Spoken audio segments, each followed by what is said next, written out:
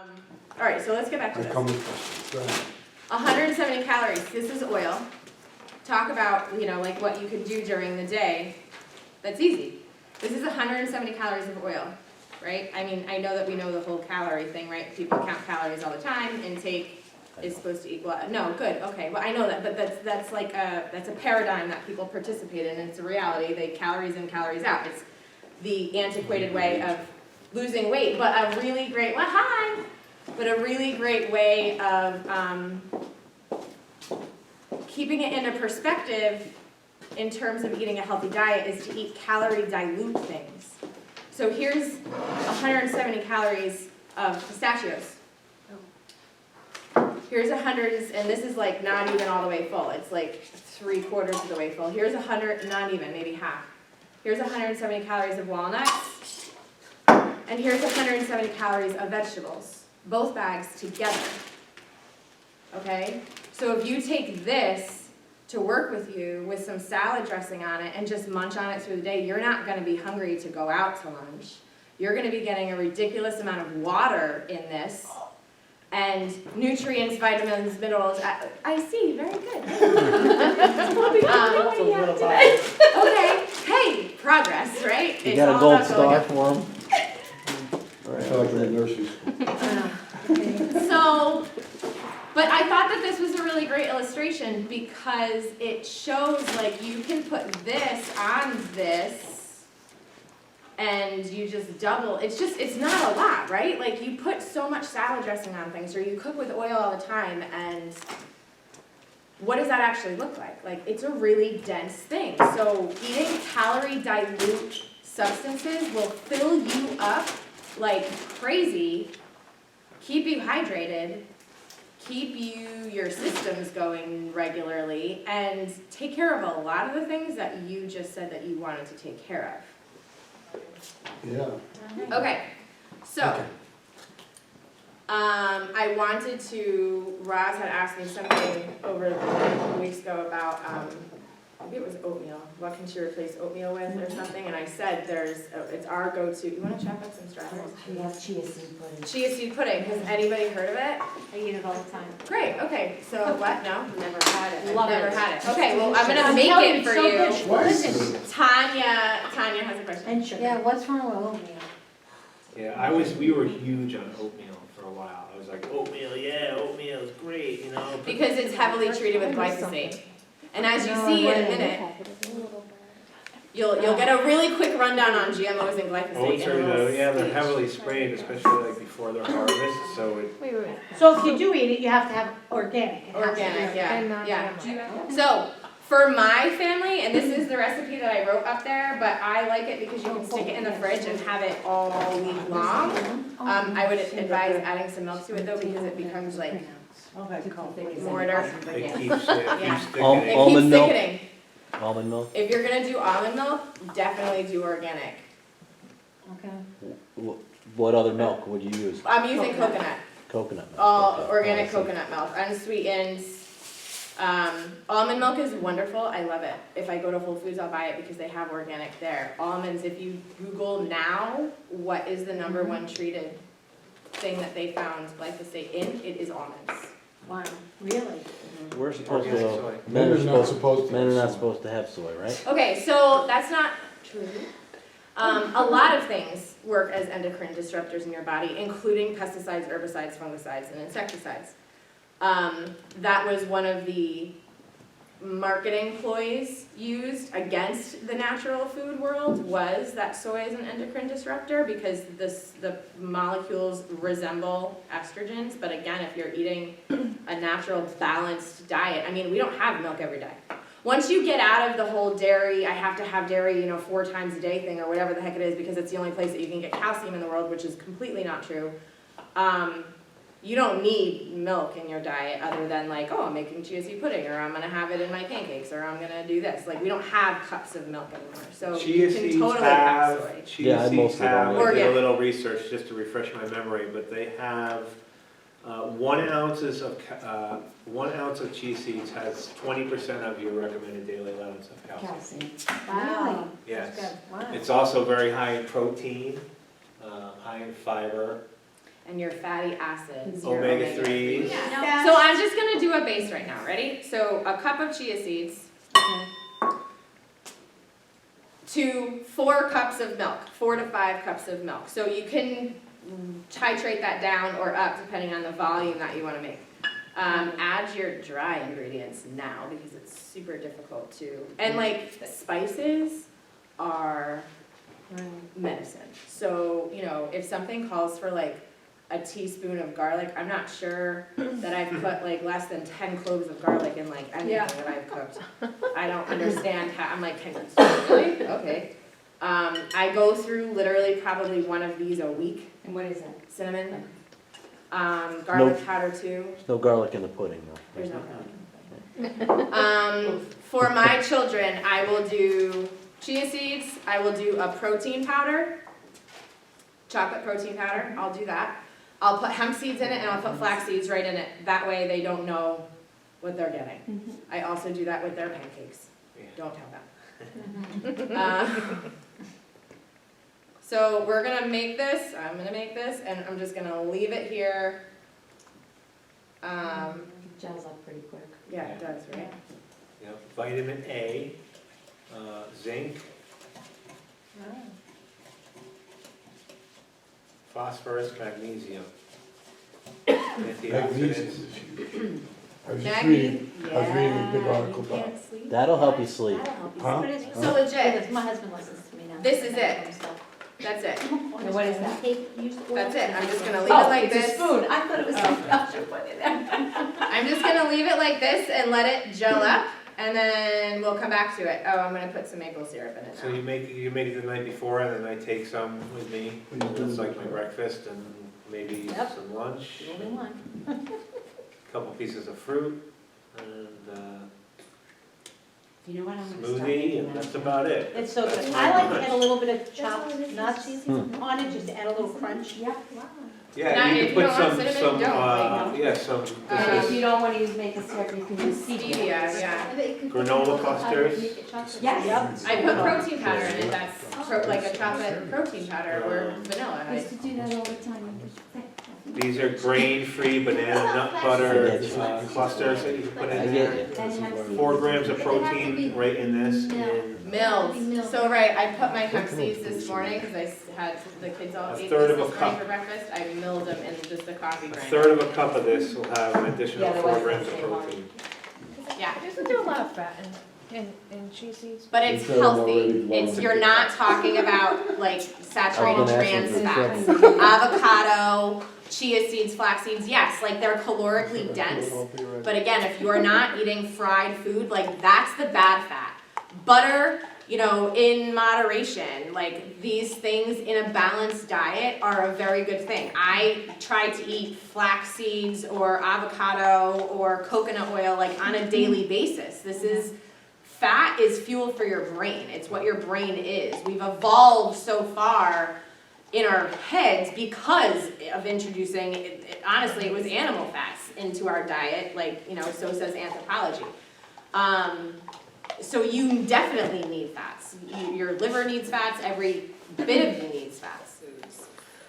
You have like 5 pounds of bacteria inside of your gut that it's literally its only job is to keep you healthy. What you actually do when you eat is you chew up food inside your mouth, you swallow it, it goes down into your digestive system, and then you're feeding those bugs.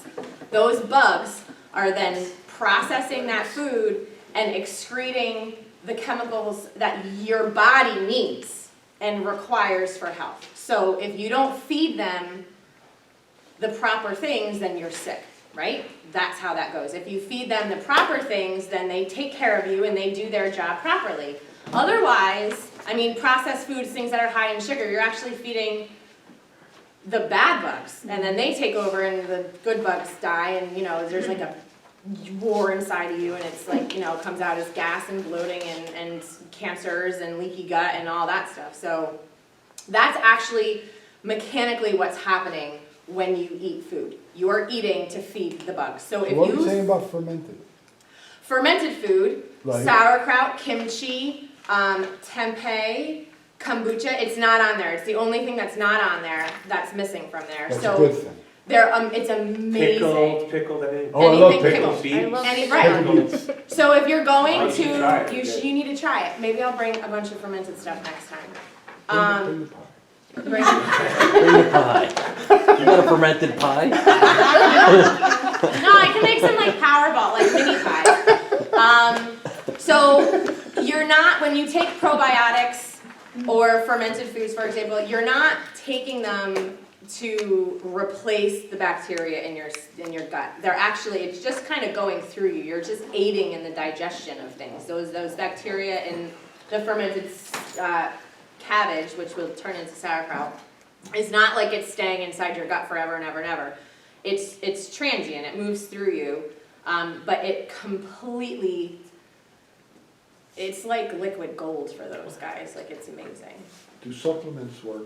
It's a pet, like, that is the, You'd rather we eat the real food. I want you to eat the real food with bacteria. Right. So the problem with supplements is To that get it rid of- is yeah. the most unregulated. It's just like the makeup, natural, that industry. It is so unregulated. The stuff that they put in those things is ridiculous. I have a pharmacy that I work with that if you want supplements, I'll send you a link and you can order supplements through Just went there out. or get something through a naturopath or go down to the natural marketplace downtown. She's got great brands. Do not buy them in a grocery store. Do not buy them at, Online. online or on The pharmacy. right, or on Amazon. I mean, What's the health food store that you go to? I use downtown, the natural marketplace. She's got completely safe products In New on New Milford? Milford, right on Bank Street. What is the name? The natural marketplace In New That's the Milford. name? in New Milford, yep. And- You can buy and- anything in there, you're good, And that's anything. by the train tracks or near the It's- train?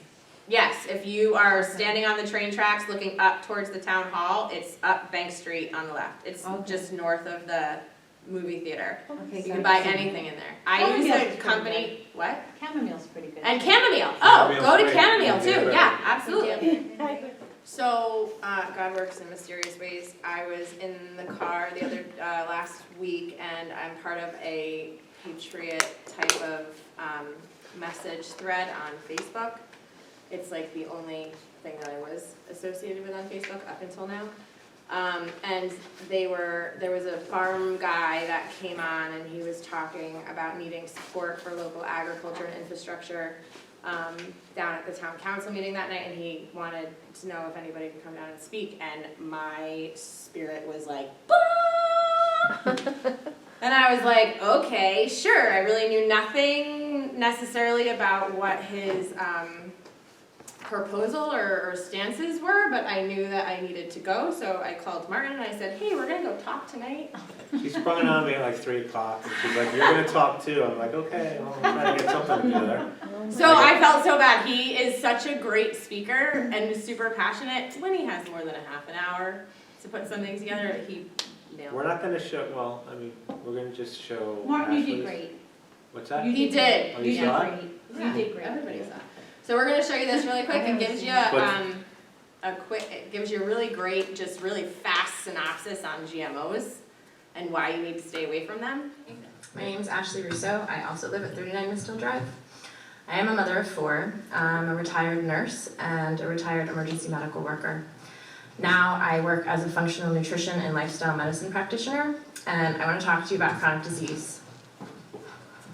Alzheimer's, asthma, cancer, heart disease, arthritis, autoimmune diseases including rheumatoid arthritis, lupus, multiple sclerosis, psoriasis, vitiligo, celiac disease, Hashimoto's thyroiditis, ulcerative colitis, Crohn's disease, irritable bowel syndrome, fibromyalgia, fatty liver, obesity, mental illnesses including but not limited to anxiety, depression, ADD, ADHD, and autism, which I just am going to throw a statistic in here.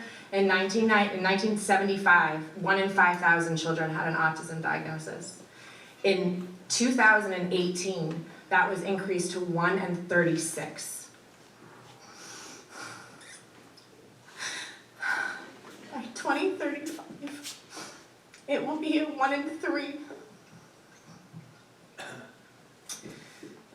How many of you experience bloating, gas indigestion, brain fog on a regular basis? How many of you have and are in touch with somebody who has, or yourself have, one of the diseases that I just previously listed off? How many of you think you eat healthy, but you still struggle with these issues? I want to talk to you about the root cause of every disease I just mentioned, and it's inflammation, and it stems 100% from our food chain. Because we are, on every level, cellularly all the way up, what we eat. So if we're eating toxic food, we become toxic. It's a matter of fact.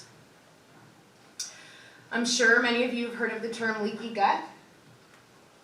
I just want to talk about that for a half a second. Your gut lining actually starts in your nasal passages and it runs all the way through. It has the surface area of about 2 tennis courts. It's the biggest surface area that you have inside of you. It's a barrier system between what you breathe and what you eat. It's the home to your microbiome, which is about 5 pounds of bacteria that literally its only job is to keep you healthy. It houses over 70% of your immune system. It is the main connection and innervation point between your gut-brain axis. It is the most important structure we have in preventing acute and chronic illnesses. It's only about 50 microns thin, which is like if you take a piece of your hair out and you cut that hair in half, that's how thin this epithelial lining is that goes from your nasal passages all the way down. Now let's talk about one of the biggest culprits there are that's wrecking this lining that is literally integral and foundational and fundamental to health. And they're called GMOs and glyphosate, which is what most conventionally raised crops are made of or from. GMOs are genetically altered food that are manufactured either to withstand ridiculously high levels of weed killer, glyphosate, or they're manufactured to become an insecticide in and of themselves. Corn and soy are actually registered insecticides. The corn in your tortilla chips, in your tortillas, in your tacos, in the corn on the cob that you eat at barbecues, if it's not organic, it is an insecticide. Once it's eaten, it's manufactured to become an insecticide. Once it's eaten by an insect, a Bt toxin, it's the name of the toxin, gets released. This is what it's modified to do. And it gets released and it pops holes into the cellophane thin lining of your epithelial cells and it kills the insect. The thing is that these toxins are not able to distinguish between an insect's epithelial lining of their gut and yours. So in large quantities, when you eat them, it pops holes in your gut lining too. Glyphosate is the most commonly used weed killer on the market. You know it as Roundup. I'm sure most people, well, I hopefully not have it in their sheds, but generally, most people do. It's marketed by Monsanto. When glyphosate is put into a petri dish with human cells, it breaks them apart. So to recap, GMOs drill holes into your gut lining, and glyphosate rips them apart. I have 30 seconds left. Great. What did you If say? kids are eating glyphosate-rich foods, they have leaky gut. It leads to every single disease that I mentioned when I started talking, especially autism. I have a 9-year-old who was diagnosed with autism when she was 3. During her kindergarten year, we were able to transition into an organic, non-GMO diet. And when we sat at her PPT at the end of the school year, my daughter was unable to have that label anymore because she tested out of it. This is the healing power of food. The only way to prevent and reverse the only way to prevent eating food-like substances like this is to switch to an organic or sustainably grown or honestly grown whole food diet. No processed, no junk. Get it out of our school systems, get it out of your houses. It's crucial to the health of our country. Well done. Well done. Thanks. So, Yeah, they think you find it. I mean, again, No. if anybody wants to Probably reach out to wouldn't me either. and talk to me specifically about their specific situation, it's a lot easier because everybody's bio-individual. So to sit here and say, this is what everybody needs to do, like, that's why I handed out that thing. That's a really great baseline. Like, if you can do that, stop thinking about meals as like, I need a protein and 2 sides, like, that's a hard thing to deconstruct in your head. But if you can put a salad together that has 4 of those things in it, you know, today I had a salad that had chopped up broccoli in it, a bunch of different fermented foods, a sauteed maitake and shiitake mushrooms with some tamari on it, and a bunch of different sprouts and some spinach. And I think I put a little bit of rice vinegar on it. Like, that was, I couldn't even eat it all. My son ate half of it, and then he ate the other I half. Like, housed it when I got home. So- It was so good. That was so good, and it was raw and fermented. Some of it was cooked, but not much. But I could knock off a bunch of, and I had put 2 hard-boiled eggs in it. Like, I can knock off so much stuff on that. Like, that, it's a really great thing. Hang it on your fridge and go off that. And again, please feel free to reach out to me. For real. If you don't start reprogramming those pathways that, like, we've been talking about for weeks in church, and right, like, this week was all about you need to do it. It's in the action that the change happens. So if you aren't doing it and you aren't setting yourself up, then it's all intellectual and it's all in your head, and it's not ever going to get into your cells, which is where it's needed. Okay, so it's crucial. Again, I'd be happy to talk to anybody on that aspect, because that's a whole lifestyle. All right. Anyways, I really want to talk about wheat, because it's number one. It's in everything, and you're going to see why in a second. What is? Wheat. Okay. And because of, like, gluten issues that people are having, like, everybody seems to be sensitive to this wheat, and I want you to understand the physiological reason for it, because there is a physiological reason for it. Not talking about celiac disease here. That is a small percentage of the population that is actually incapable, like their cilia inside their intestines are flattened. They can't, it's a really horrible disease. Not talking about that. It's more common now than it ever was, though. Well, right, because. That's because. So, okay. Way back when Earth was first created, we had einkorn wheat. It's the most ancient grain that we know of as of right now. And maybe there's something no, I don't think so. 8,000 BC, it can be dated back to. You can still buy this today if you can search and source it. Put it in my email. One of the really cool things about this is it only has 14 chromosomes. So, like, if you go and if you have children, right, you each have 46 chromosomes. Your child doesn't end up with 92 chromosomes, correct? Wheat, however, does this weird thing with its chromosomes. So we started off with 14 chromosomes in wheat. That was the wheat that God was like, okay, let there be plants on earth, and this is the wheat that grew. Fast forward 6,000 years ago, emmer wheat arrived. This is the wheat of the Bible. That contains 28 chromosomes. So it's like, what's the word? Evolving. Evolving, thank you. Doubling. Consecutive, what am I trying to say? What's that math word? Multiplying? Yeah, all right, no, but yes. Compounding. That's what I There was you thinking, go. thank you. So, through hybridization and things like that happened naturally, but it took like 2,500 years for that to happen. Fast forward to the next one, it's called the modern triticum species. This is called common wheat. It arrived in the Middle Ages, and it now has 42 chromosomes. So you can see over time, like, this thing is seriously evolving, right? Then you get to the industrialization age. In the 1950s and 60s, there was like a massive famine in India and Pakistan. So this genius man who was really trying to do good, Norman Borlaug, in the 1960s, there's a picture of him and his friends standing in this wheat field, and the wheat was like up to here, right? Because when you think of wheat, it's like this long flowing thing, and like it's really super tall. But in the 1960s, he's like, I know how we're gonna save the world. We're gonna feed them with wheat. So he took a bunch of wheat and he brought it into wherever he brought it into, and he did this like rapid hybridization of it. Like, you know, this stuff is supposed to take years and years and years. You know, you put something together and then it's the next harvest, and then you put something, you get new traits and then you put them together and it's the next harvest. He did this in like a super short amount of time, thousands of hybridizations. What's a better word for that?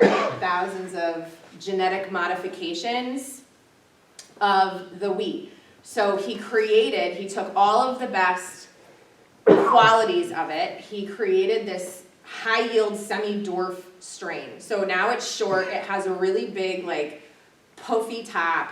They don't use all the parts of it anymore. They just use like the top of it. They used to use the bottoms for the animals, and they used to use like, it used to be multi-versatile, and now it's like totally not. It's just this tiny little short thing.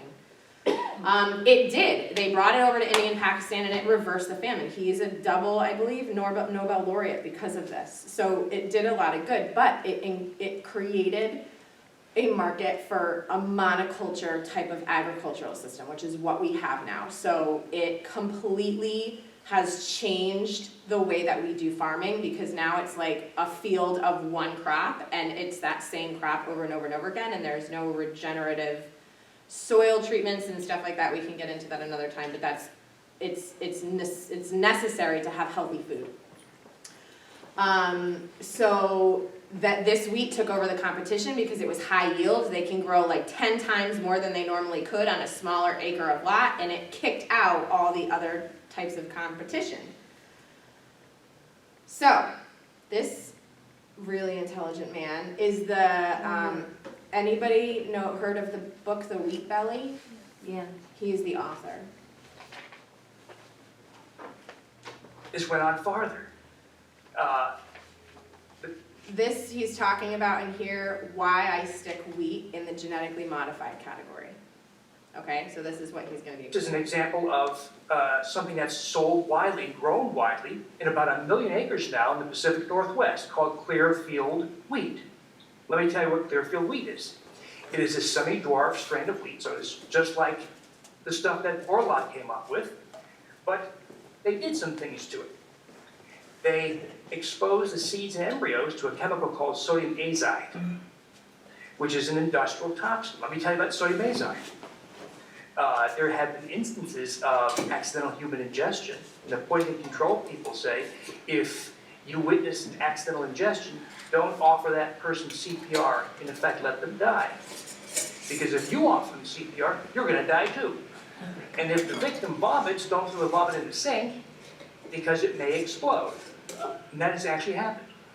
So you take this chemical, sodium azide, you expose wheat embryos or seeds to it, and you induce mutations. This is an ad from the BASF Corporation, that is the patent holder of Clearfield wheat. It is the product of enhanced traditional plant breeding methods.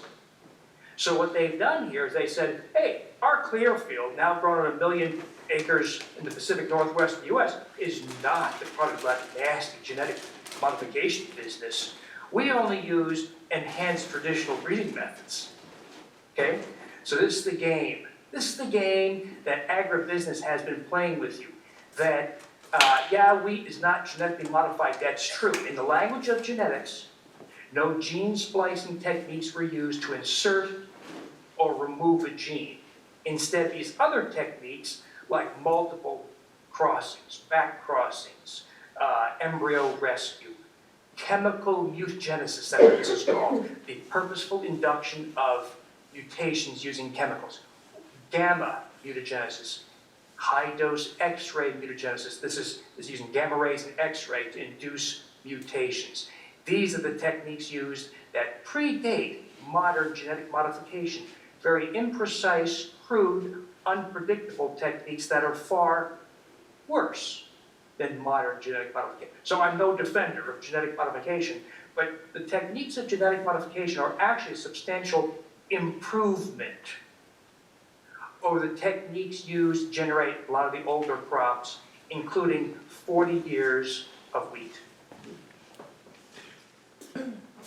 So when I read on the ingredients, wheat flour, that's not good? So I As give you opposed to a white variation. flour? Right. Isn't it better? No. No. Yes, anything that's white, It's put it really in bad. like the cocaine and heroin category. Right. White powders. White powder, stay away from them, all of them. What about whole wheat bread? Go with Ezekiel. No, I don't eat it. I'm just Okay. saying. Everybody talks about You don't whole Yeah, wheat no, this it's and whole junk, wheat it's that. junk, it's junk, it's junk, it's all junk. It's all junk. Everybody thought they were doing so good because, oh, I don't eat white bread. I eat whole wheat, whole grain. Uh-huh. Is whole grain any good? No. No. So it's just all BS. The So only marketing. It's all marketing. bread that I mean, like, it's on the bottom of the food pyramid, like grains, like, it's garbage, it's like empty nutrition, especially because they make it with garbage, like, the only bread I would tell you to eat if you're gonna eat bread would be Ezekiel bread. It comes from the book of Ezekiel in the Bible. It has the scripture right on it. It's like $6 a loaf in the freezer section, but it has like, it's phenomenal, it's really It's great good. bread. It's good. It's got like ancient grains in it, it's got a bunch of, it's Sprouted. all Why is it in sprouted. the fridge? Why is it in the fridge department? Because it's sprouted, so there's no, it's not shelf stable. One of the other things that, so like, there are plants, most plants have got things in them to keep insects from eating them. They have like natural pesticides, lectins, have you ever heard of lectins? Yeah. This is one of them. It's a, what is the word I'm looking for? Okay, it's escaping me. But if a bug eats it, it's gonna upset its stomach, it's not gonna eat that plant anymore. So, ooh, I almost had it. Enzyme inhibitor. So grains, nuts, seeds, if they're bigger than a sesame seed, so that's not including chia seeds, are supposed to be sprouted, meaning you're supposed to soak them so that the enzyme inhibitor kind of breaks apart so that it's safe for you to eat. Have you ever heard of people having an upset stomach when they eat raw nuts and seeds or anything like that? It's because they're not soaked. Like, that's why you can't take a garbanzo bean and put it on the stove and just cook it without having intestinal problems. It's because you need to soak it first so that it actually starts to digest. It releases its own enzymes, it breaks down that enzyme inhibitor that it has in it, and it makes it digestible for you without causing you discomfort. It's why you soak beans and nuts and seeds. Well, wheat is a seed, so then yes, you do have to soak them. So you have to soak wheat. So anything that is sprouted is going to be the healthiest option for you to eat in terms of grains like that.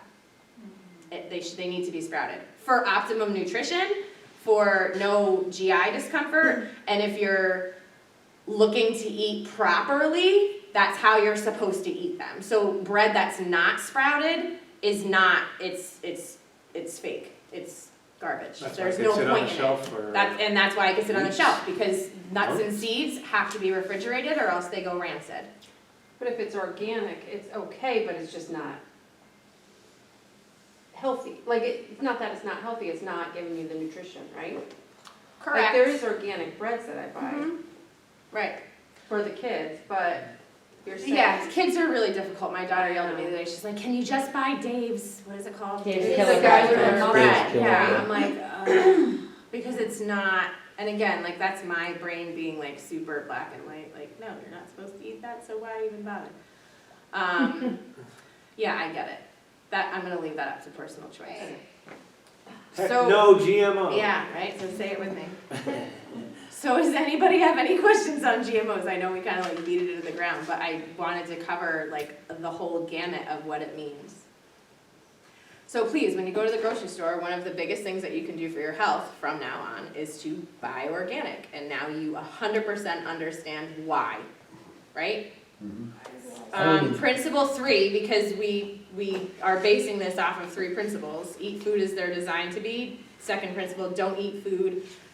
Don't eat foods that man twisted to think that we're making them better, like GMOs and farm-raised fish and things like that. And then this is principle for 3. Don't let any food or drink become your God, meaning avoid food addictions. Which is, Beans on the top.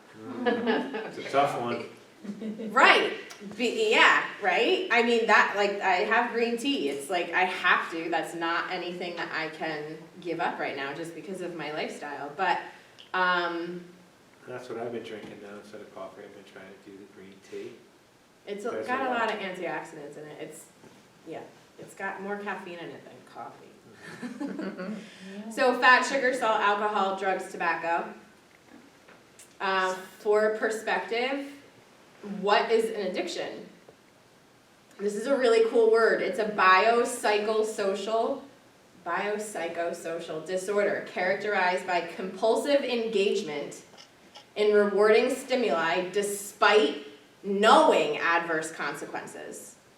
So like, I think every child born in the 80s and 90s knows that drugs are bad because of the DARE programs that they had in school, and yet people still choose to go down that route. Like, that is my point. Like, you know something is bad, but you continue to make the decisions. It's like brain integrity, like we learned People about. can- So this is a great slide to break that down, because addictions are not like, okay, I'm gonna choose to do something tomorrow, and you're just gonna break the habit. These are all of the grooves that Pastor Frank has been talking about this weekend. Like, it is so deeply rooted into who we are on a biological level. Like, your genetics could predispose you to certain things. Effects of medications, like if you're taking a medication and it alters something else to you, like painkillers, right? That's, you need it for something, but that is a side effect.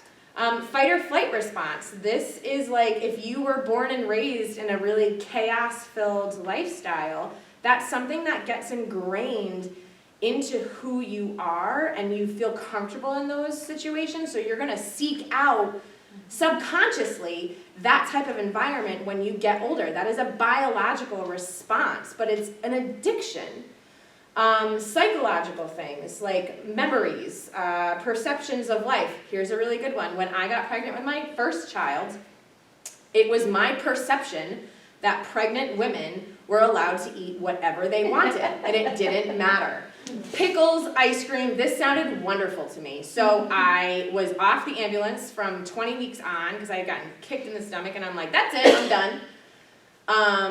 So I went home and sat on my couch and watched TLC from 9 o'clock in the morning until 4 o'clock at night, maybe 6 o'clock at night. I woke up, I ate a chocolate chip pancake every day, 3 scrambled eggs, rye toast.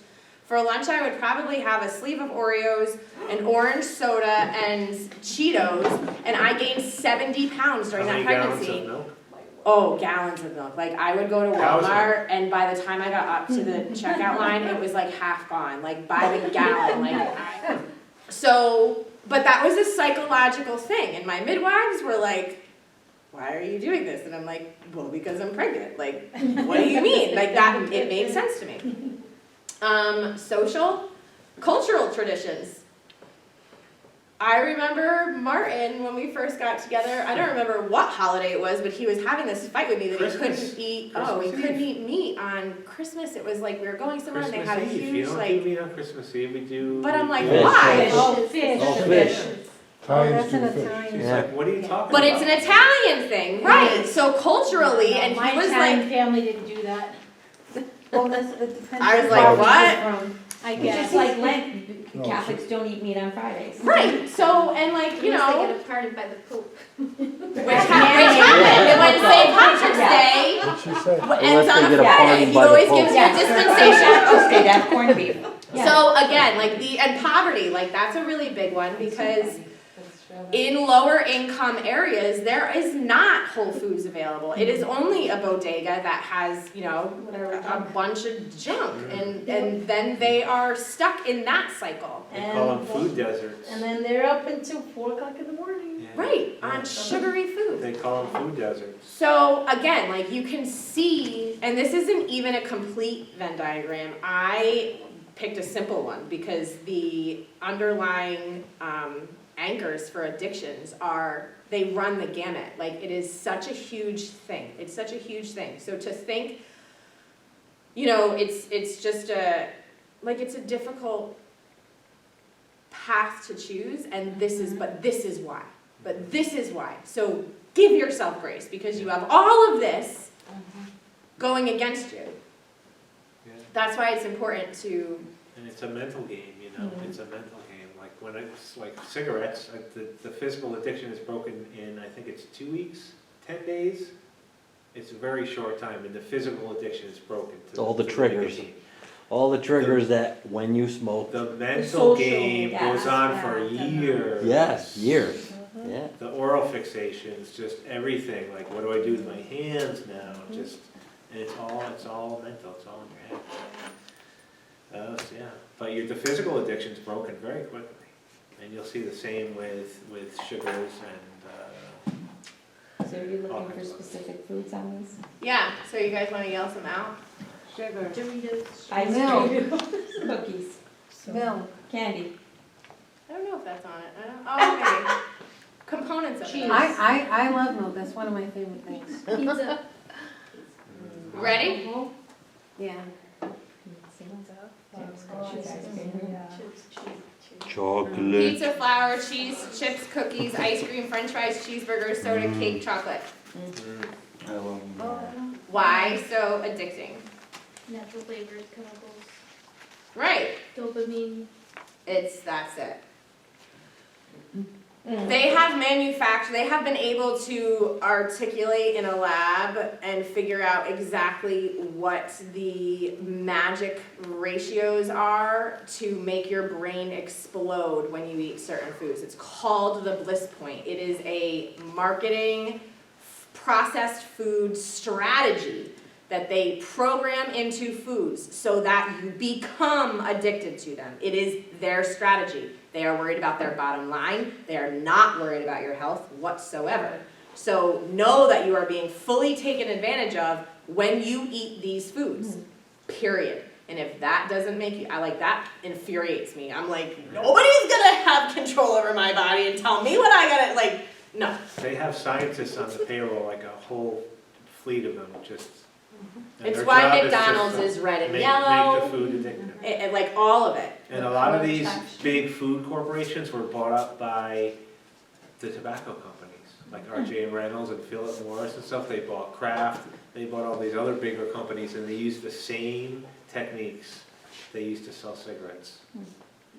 And now, actually, they target children as well. It's Yes, and the easier to target goldfish. children. Those goldfishes. They target Fish. kids, but, So it's the exact measure of fat, sugar, and salt that make our taste buds tingle and override your brain's natural stop signals. It's why they literally say, I bet you can't eat just one. Like they're taunting you.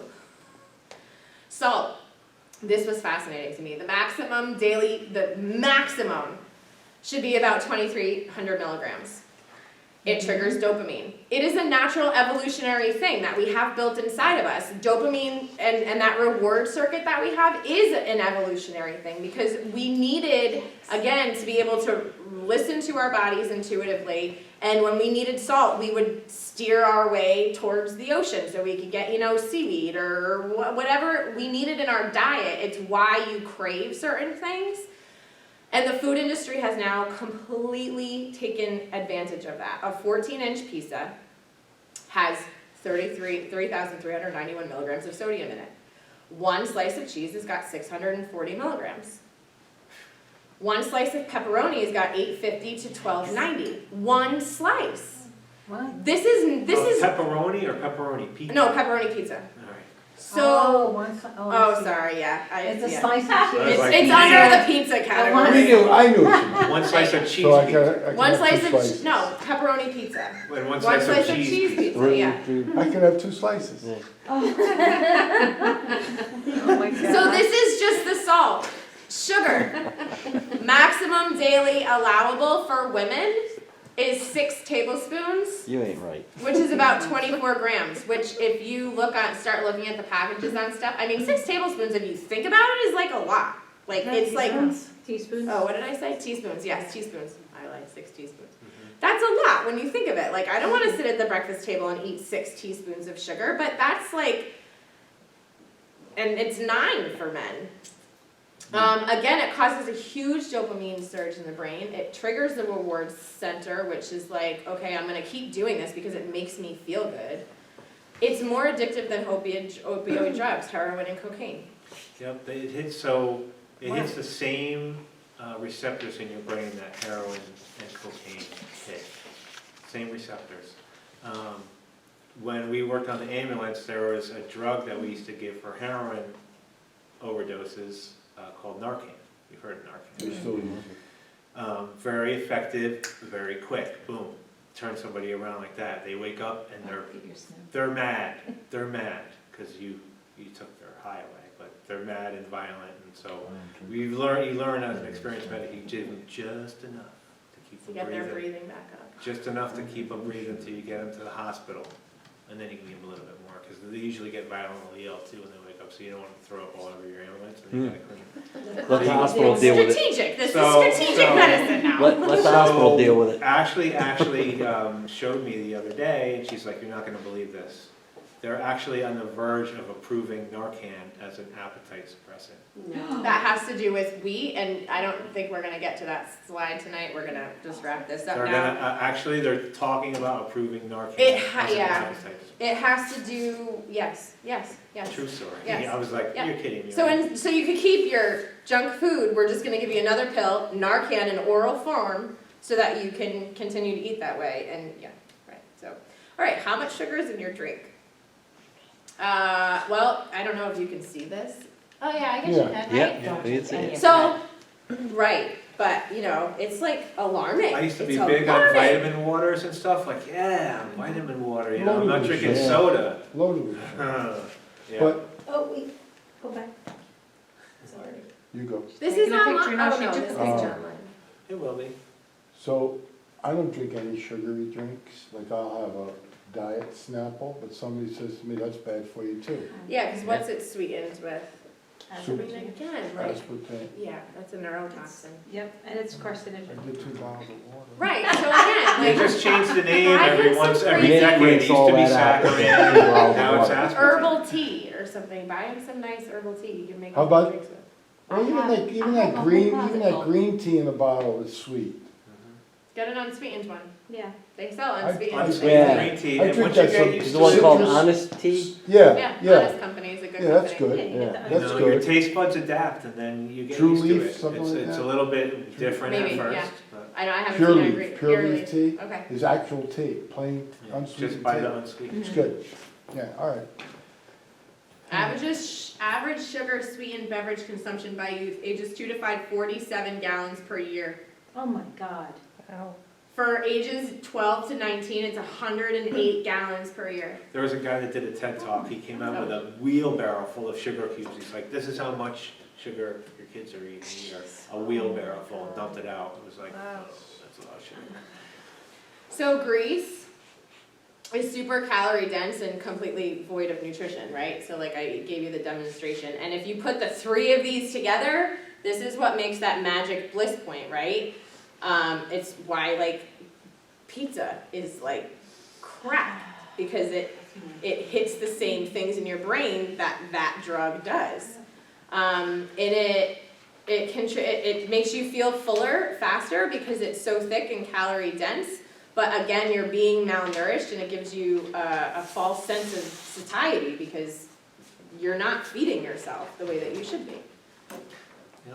No nutrition on a cellular level, nothing, your cells aren't I'm getting just nourished. curious. Oh, he's next. Okay, we'll do this. So dairy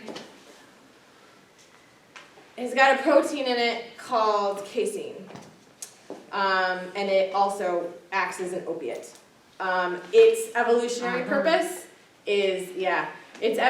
purpose is so that baby cows want to continue to drink milk from their mothers. It's like a mild addiction between a baby and Oh a my God.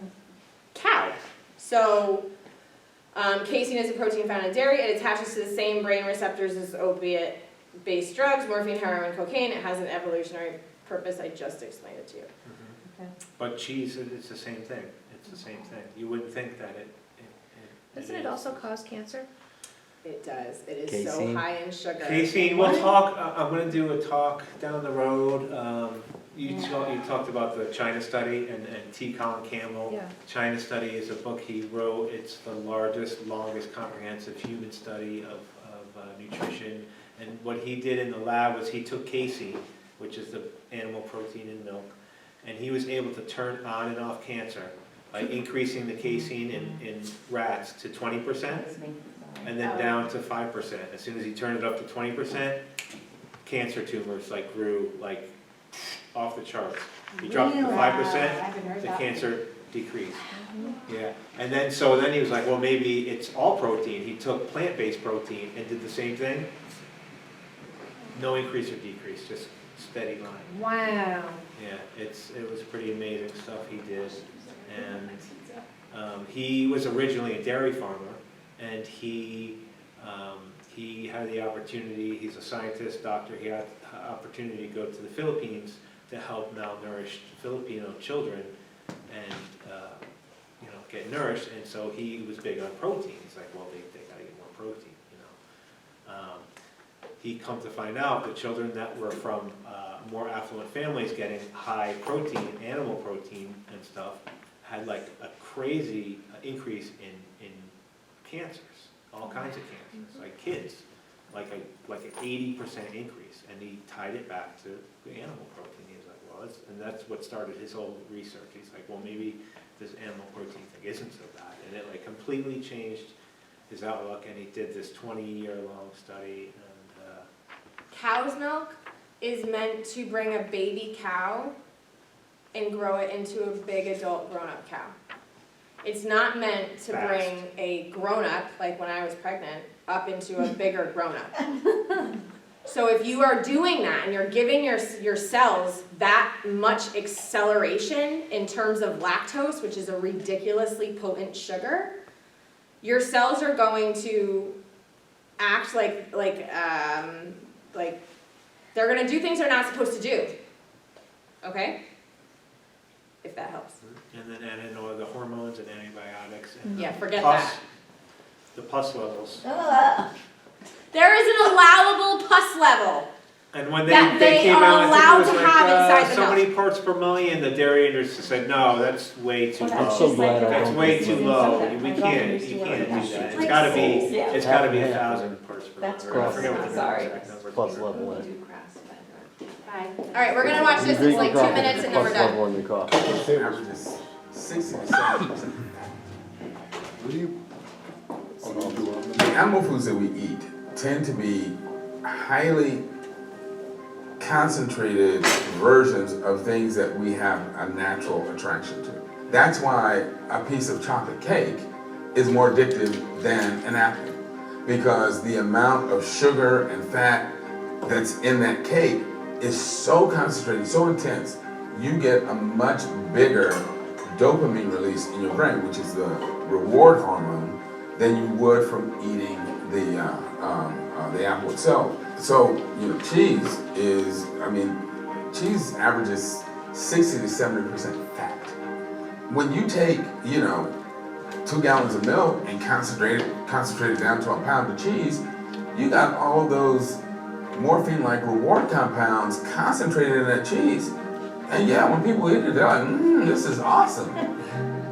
It's a perversion of what nature intended, and it's making people eat this artery clogging, disease-causing stuff. When an adult human ingests something that starts to make our cells want to try and grow, our cells really can't grow. But what they can do is become tumors. And some of those tumors can end up being cancers. And that's one of the reasons that you see that dairy foods are associated with cancer growth. The other thing is that dairy is associated with exacerbation of asthma and sinusitis, and it's also associated with autoimmune diseases. Why? What is an autoimmune disease? It's a disease where the immune system becomes so overactive that it starts to attack a person's own body. And again, you shouldn't be ingesting something that's stimulating your already mature immune system. So that's why I say if you understand what milk is supposed to do, you understand why you shouldn't be drinking it. Because it's trying to make your body do things that it doesn't need to do or it shouldn't be doing. And if you do that over a lifetime, it will likely result in serious disease.